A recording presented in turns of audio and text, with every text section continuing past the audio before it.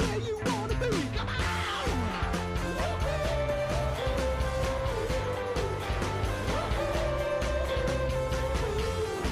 Drive into summer with exceptional offers on our full lineup. Lease the 7-seat Infiniti QX60 for $399 a month, now through August 31st. From the time that I was 8 years old,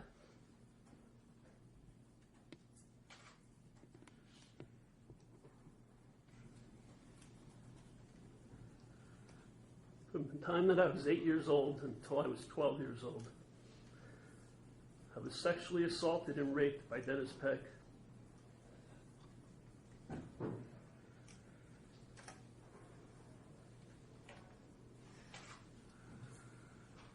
It started out with him wanting to touch my scar that I had from open heart surgery at the age of 6. It progressed to wrestling matches and eventually led to him raping me.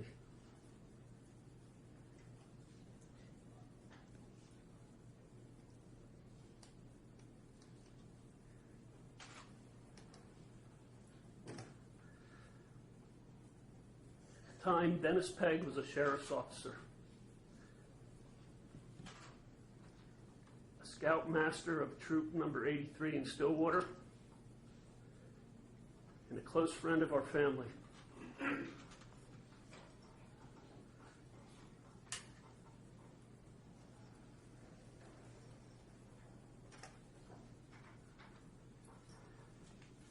Dennis Pegg told me that he had sexual relations with a close family relative and also my childhood friend, Jeff Hall.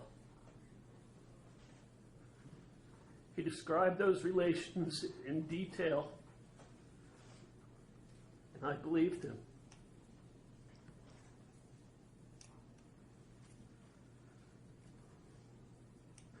He told me that he got drunk and naked with one of my close relatives and with Jeff.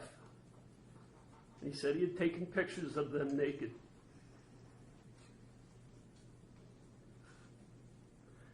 He showed me Polaroid photographs that he said he had taken of other young boys and men unclothed.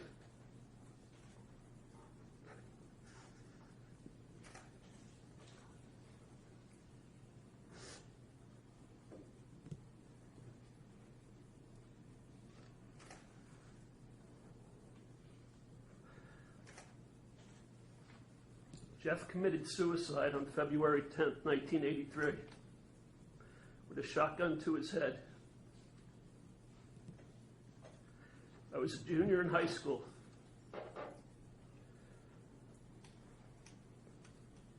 My brother Jay and I ran to Jeff's house after his sister Brenda came to our house covered in blood, crying hysterically. I remember standing in the living room of Jeff's house with my brother. We got there before the authorities arrived. I saw a puddle of blood on his bathroom floor.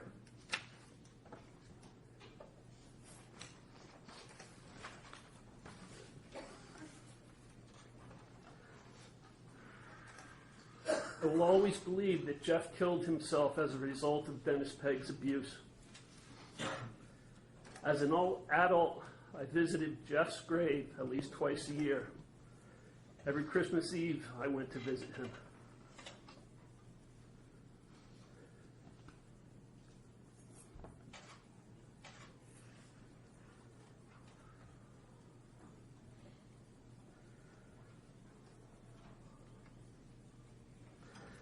I never told anyone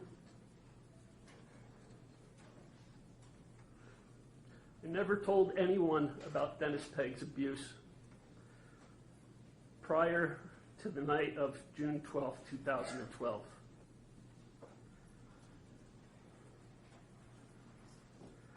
Part of the abuse was psychological. Dennis controlled me by torturing and killing animals in front of me, saying he would do the same to me if I ever told anyone about our secret.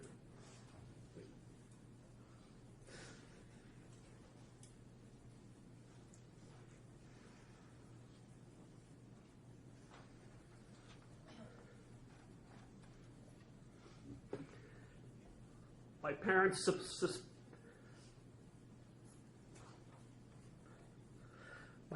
suspected that I had been abused.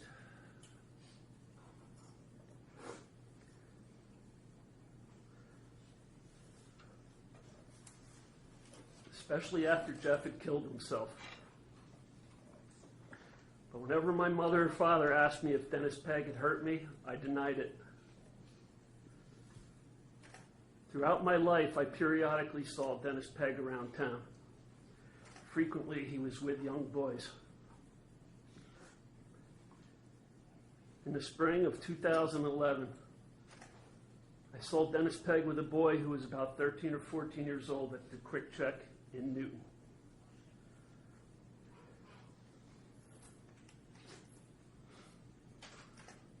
I immediately suspected that he was molesting the boy. It made me flash back to my own childhood.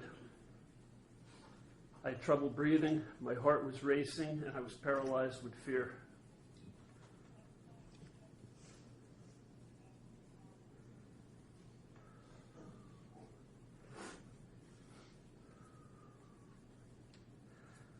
For all those years after Dennis Pegg raped me, he was still untouchable because of who he was and what he represented. He was a respected law enforcement officer. He was an expert with guns. He was a Boy Scout leader.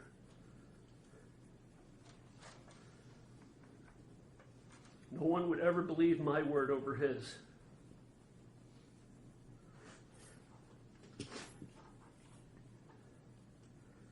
In November of 2011, Jerry Sandusky from Penn State was arrested. This also caused me to flash back to my childhood abuse at the hands of Dennis Pegg. I followed media reports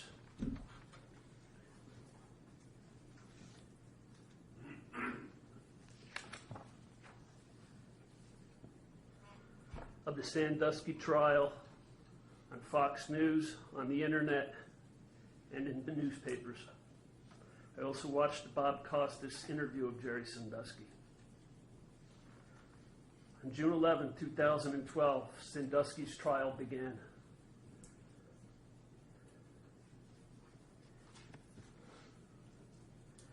I watched television coverage of Sandusky getting out of his car with his lawyer, and I saw the smirk on his face.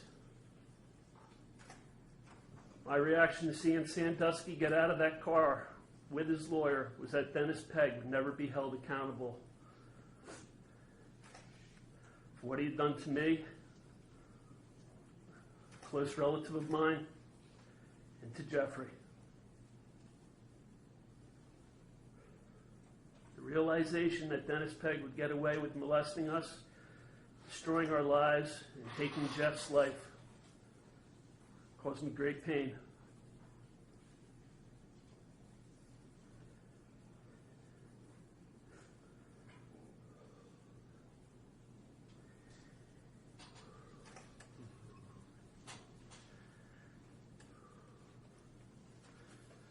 The next day, June 12, 2012, my shell cracked. My mind was flooded with images, memories, anger, mostly shame.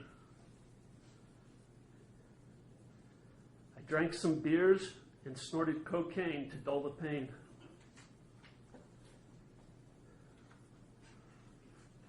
I went to the restaurant Tuscany Bistro and had dinner and some wine.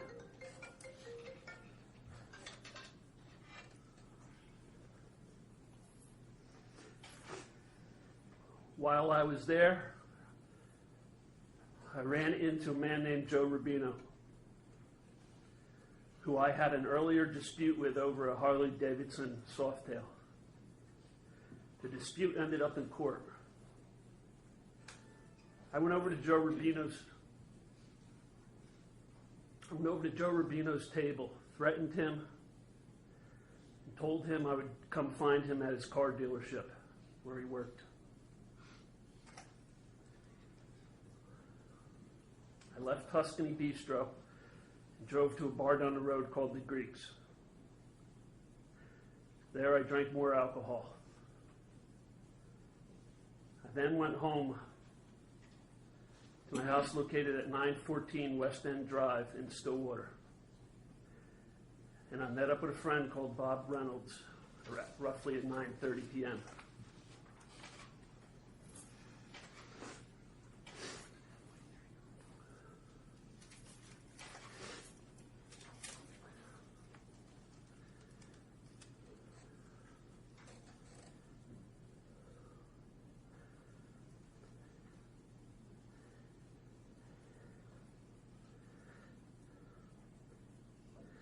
Bob and I drank a bottle of wine and snorted more cocaine.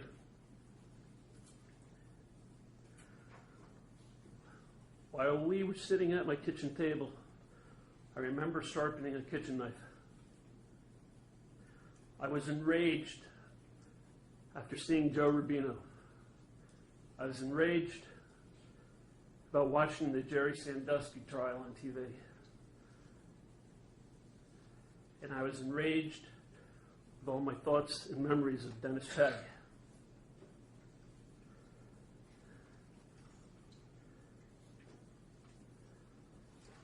At one point, Mr. Reynolds said to me, "That guy," meaning Joe Rubino, "he must be number one on your hit list."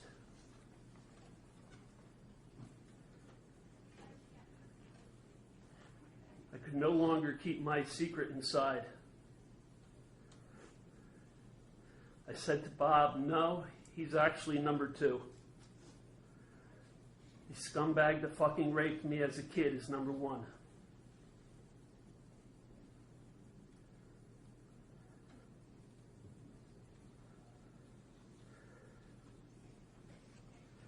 Bob's response back to me was, "Let's go get him then."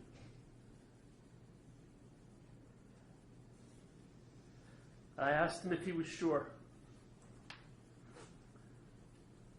His reply was yes. I said, "All right, let's go get him."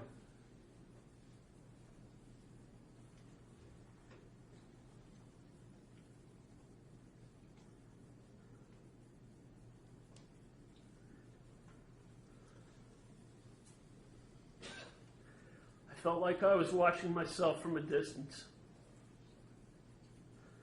We took the kitchen knife that I had been sharpening, and the very same hunting knife that Dennis taught me as a young boy how to sharpen. I took the hunting knife and gave Bob the kitchen knife. Bob drove us there in his van as I gave him directions.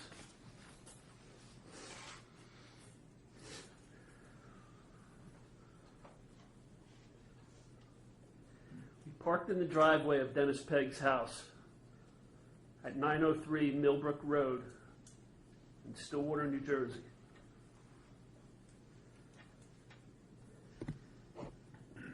Through the window, I could see Dennis sitting in a chair. The main door was open, and we walked in. I started stabbing Dennis. I said over and over to him, "How does it feel raping little kids now?" I also repeated, "It's not so fun raping little kids now, is it?" At the end, I slit his throat.